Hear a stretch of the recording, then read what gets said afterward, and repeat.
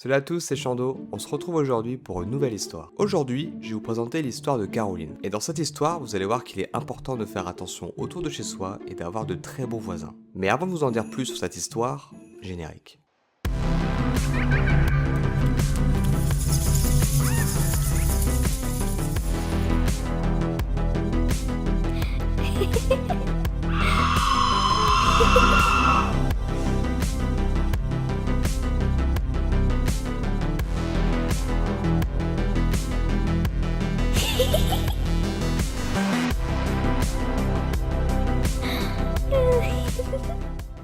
Pour vous donner un peu de contexte et pour planter un peu le décor, Caroline est une jeune femme de 23 ans. Elle vit aux États-Unis et plus particulièrement dans un petit village éloigné au fin fond de la Pennsylvanie. Elle vit dans une grande maison avec ses deux enfants. Elle précise qu'elle a vécu avec son mari pendant plusieurs années dans cette maison, mais disons que son mari n'est pas la personne la plus fidèle du monde. En effet, elle l'a surpris un soir avec une autre femme en rentrant plus tôt du travail. Et elle apprendra de la bouche de cette même femme que ça fait plusieurs mois, plusieurs années qu'ils se fréquentent et qu'il y a eu plus que bisous bisous quoi. Donc Caroline demandera le divorce quelques jours plus tard. Elle avait donc l'habitude de toujours avoir quelqu'un à la maison en plus de ses enfants. En plus de ça, elle précise que son quartier a toujours été un quartier plutôt calme, plutôt paisible, donc elle s'est jamais vraiment préoccupée de la sécurité, de faire attention. Pour elle, tout ça c'est que dans les films. Ça veut dire qu'elle avait l'habitude, parfois, de laisser les fenêtres ouvertes, ou de pas fermer la porte à clé, ou juste de pas fermer ses volets. Oui, c'est parfait quand vous vivez seul avec deux enfants, il n'y a rien de mieux, oui, c'est parfait, oui. Sa ligne de maison, ou disons plutôt son quartier typiquement américain, est situé près d'un grand champ qui longe une espèce de lisière ou de sous-bois. Autant qu'elle se souvienne, ces bois s'étendent sur des kilomètres et des kilomètres, et elle n'a jamais eu connaissance de voisins ou autres personnes habitant plus profondément dans les sous-bois. Elle insiste vraiment, son quartier et plus précisément sa maison est plus que safe et il n'y a jamais eu de problème. Donc selon elle, c'est un endroit très tranquille, peut-être trop tranquille. Son salon a 3 grandes baies vitrées qui donnent sur le jardin et donc sur le champ, sur la lisière de la forêt, sur le sous-bois. Et sa chambre à l'étage a une fenêtre qui fait également face à cette direction. Elle précise que parfois, à de très rares occasions, ça lui arrive de voir de sa fenêtre un ou deux promeneurs dans le champ. Pour toutes ces raisons, Caroline a donc tendance à laisser ses volets, ses stores et ses fenêtres ouvertes. Et vous allez voir que c'est pas forcément la meilleure idée qu'elle ait eue. Maintenant que le décor est planté, c'est parti pour l'histoire. Nous sommes en juillet 2019. Caroline est allongée dans son lit et essaie de s'endormir. Toutes les lumières étaient éteintes, mais elle avait laissé les fenêtres et les stores ouverts. Car cette année-là, l'été était extrêmement chaud. Elle commençait tout doucement à s'endormir, jusqu'au moment où elle remarqua une petite lumière rouge à l'extérieur du champ. Et la lumière rouge semblait faire des allers-retours comme si elle patrouillait, comme si elle cherchait quelque chose. Puis, cette même lumière rouge, après avoir quadrillé et recherché quelque chose, elle s'est dissipée dans la lisière de la forêt. Et Caroline, encore à moitié dans les vapes et n'étant pas vraiment sûre de ce qu'elle a vu, s'est tout simplement rendormie. Donc là, on est d'accord que la majorité des personnes auraient au moins cherché à comprendre ce qu'était cette lumière rouge. Ou du moins de se lever pour essayer de vérifier ou voir ce que c'est. Mais c'est pas le cas de Caroline. Elle se dit qu'elle a dû rêver, qu'elle a imaginé, que c'est son esprit qui lui joue des tours, qu'elle est fatiguée. Avance rapide dans l'histoire, on est maintenant en janvier 2020. Donc de juillet 2019 à janvier 2020, Caroline n'a absolument rien changé à ses habitudes.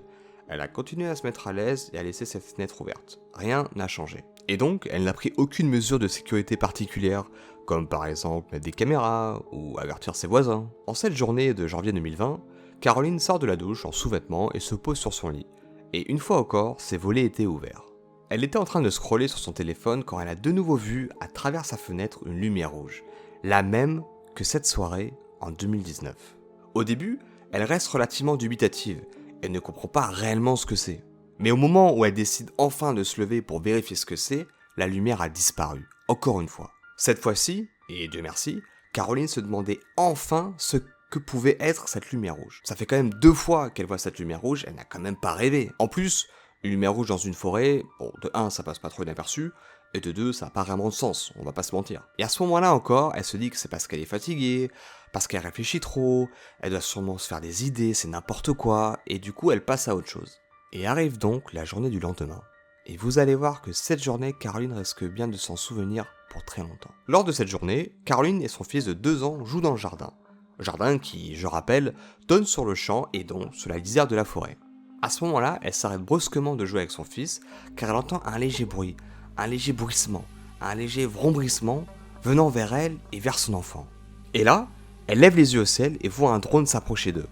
Le drone avait une attitude étrange. Oui bon, je sais pas si on peut dire qu'un drone a une attitude étrange, mais bon, vous voyez ce que je veux dire quoi, c'était un peu chelou quoi. Le drone ne restait pas fixement sur Caroline et son enfant, non, il se baladait autour de la maison comme s'il vérifiait quelque chose. Et à ce moment-là, ça fait tilt dans la tête de Caroline, elle comprend tout.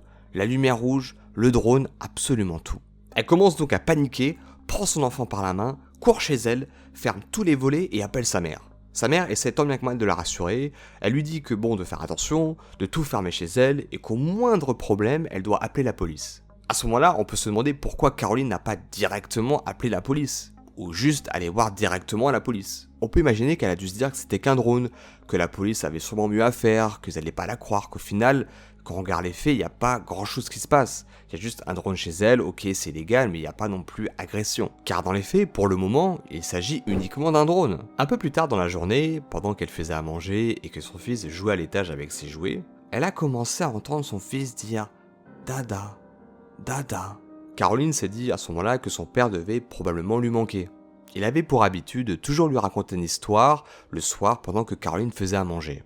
Et au moment où son père lui racontait une histoire, il avait toujours pour habitude de lui dire dada, dada, dada. Et Caroline et son mari ou son compagnon venaient à peine de divorcer, donc c'est tout à fait possible que il n'avait pas l'habitude, il s'était pas encore fait la situation, il pensait que son père allait revenir ou juste que son père lui manquait.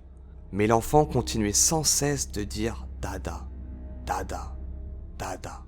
Caroline, qui commençait à être agacée, lui a demandé d'arrêter de jouer près de la fenêtre. Malgré les réprimandes de Caroline, son fils continuait à dire sans cesse « Dada, Dada ». Donc au bout d'un moment, Caroline leva enfin la tête de ses fourneaux et décida de voir qu'est-ce qui se passe. Pourquoi son fils ne l'obéit pas? Pourquoi il continue sans cesse de répéter « Dada, Dada ». Au moment où elle regarde son fils, elle se rend compte qu'il regarde fixement la fenêtre du salon et la pointe du doigt. Et à ce moment-là, un éclair d'effroi traverse Caroline de part en part. Mon fils ne dit pas dada dada uniquement à mon mari ou mon ex-mari, mais il le dit à tout homme qui ont de la barbe, parce que ça lui rappelle son père. Mais vous m'accorderez à ce moment-là que ça n'a aucun sens, ça peut pas être son père. Si ça avait été son père, il a sûrement déjà un jeu de clés, ou alors il aurait peut-être sonné, ou il aurait peut-être appelé, il serait pas à la fenêtre. Et à ce moment-là, elle se dit que personne serait assez audacieux, assez fou, pour être à sa fenêtre alors que ses voisins sont juste à côté. Il faudrait vraiment être fou pour faire ça. Caroline se précipite alors à la fenêtre, prend son fils par la main et l'éjecte sur le côté. Et maintenant, elle s'apprête à ouvrir ses stores. Elle sait ce qu'il y a derrière, ou du moins elle se doute, mais elle n'ose pas les ouvrir. 1 seconde, 2 secondes, 5 secondes passent, et elle décide finalement de les ouvrir. Au moment où elle ouvre les stores, elle se trouve face à face avec un homme qu'elle n'avait jamais vu auparavant. Il était chauve, il avait une moustache et une grosse barbe. Il devait avoir entre 30 et 50 ans, difficile à dire dans le noir, avec la peur au ventre, sous l'effet de surprise en plus. Quand l'homme a vu Caroline, il s'est mis à avoir un énorme sourire. Elle a commencé, sûrement par réflexe, à mettre ses mains sur le mécanisme pour fermer les volets. Au moment où Caroline referme les stores, l'homme s'est mis à taper sur la vitre en criant « Non, non, non, je veux te parler !» Caroline s'est donc précipitée sur son téléphone et a appelé le 911. Les enfants pleuraient à cause des cris, pleuraient parce qu'ils sentaient que Caroline était au bord des larmes et pleuraient aussi de peur devant cet homme si proche d'eux, prêt à leur faire du mal, qui frappait sur la vitre sans cesse. À ce moment-là, Caroline n'a plus aucun doute. Le drone, la lumière rouge, c'était lui. L'opérateur du 911 lui a alors dit de se barricader dans une pièce de la maison qui n'est pas accessible par l'extérieur. Comprenez, grosso modo, pas de fenêtre. Elle précise qu'il n'y a pas de service police dans sa ville. C'est une petite ville de Pennsylvanie, il n'y a absolument personne.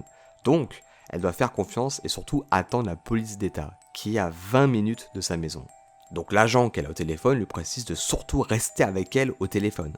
Oui, enfin c'est sûr que je pense pas qu'elle va partir faire un barbecue ou quoi que ce soit, il n'y a pas de souci à ce niveau-là. Sauf que l'homme à la fenêtre, lui, de son côté, il tape de plus en plus fort et hurle toujours et toujours « Ouvre-moi, ouvre-moi, je vais te kidnapper, je t'aime, je te suis depuis des mois, je te connais par cœur. » Caroline, à ce moment-là, se dit qu'il va finir par casser la vitre. C'est sûr, il va la casser. Jamais elle ne tiendra 20 minutes. Caroline était sur le point de se cacher à la cave quand elle a entendu soudainement quelqu'un d'autre crier.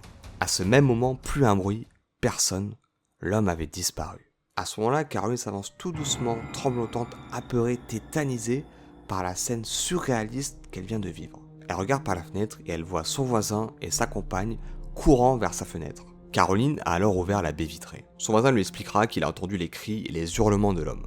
Il est donc sorti et a hurlé à son tour pour faire fuir l'homme. Il s'est alors mis à courir en direction de l'homme pour pouvoir le neutraliser. Mais au moment où le voisin de Caroline fonce vers l'homme en hurlant, l'homme, pris de panique, a fui et a disparu dans la lisière de la forêt. Après ce drame, Caroline raconte que elle et ses enfants ont passé plusieurs nuits, voire plusieurs semaines à dormir chez les parents de Caroline. Oui, on peut comprendre qu'elle était un peu traumatisée. Elle dira dans son récit qu'après cet événement, elle va acheter des caméras ou des détecteurs de mouvement, ou dans tous les cas, elle va faire beaucoup plus attention à sa sécurité et celle de ses enfants. Et aussi avec ses voisins, ils vont faire un espèce de relais, où ils vont se relayer, pour être sûr qu'il y ait toujours au moins quelqu'un dans les maisons au cas où l'homme reviendrait pour qu'il soit immédiatement identifié. Et elle dira aussi qu'elle a obtenu un numéro d'un agent de police et qu'au moindre problème, elle peut l'appeler directement.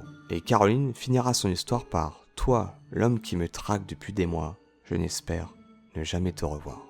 Pour ce qui est de mon point de vue sur cette histoire, je pense que Caroline a eu beaucoup de chance ce soir-là, qu'elle a de très bons voisins et j'espère qu'elle les invite souvent pour des apéros. Et je pense que ce qui est sûr, c'est que maintenant elle fera attention à tous les types de lumière, rouge, vert, bleu, tout ce qui est suspicieux, elle fera attention, et qu'elle fermera toujours ses volets sans aucun doute. Et voilà, c'est ainsi que s'achève cette nouvelle histoire, j'espère qu'elle vous aura beaucoup plu. Et si cette histoire vous a plu, n'hésitez pas à liker, partager, commenter, et si vous voulez soutenir la chaîne, abonnez-vous, ça m'aide énormément. Quant à vous et moi, on se retrouve très bientôt pour une nouvelle histoire, c'était Chando, ciao.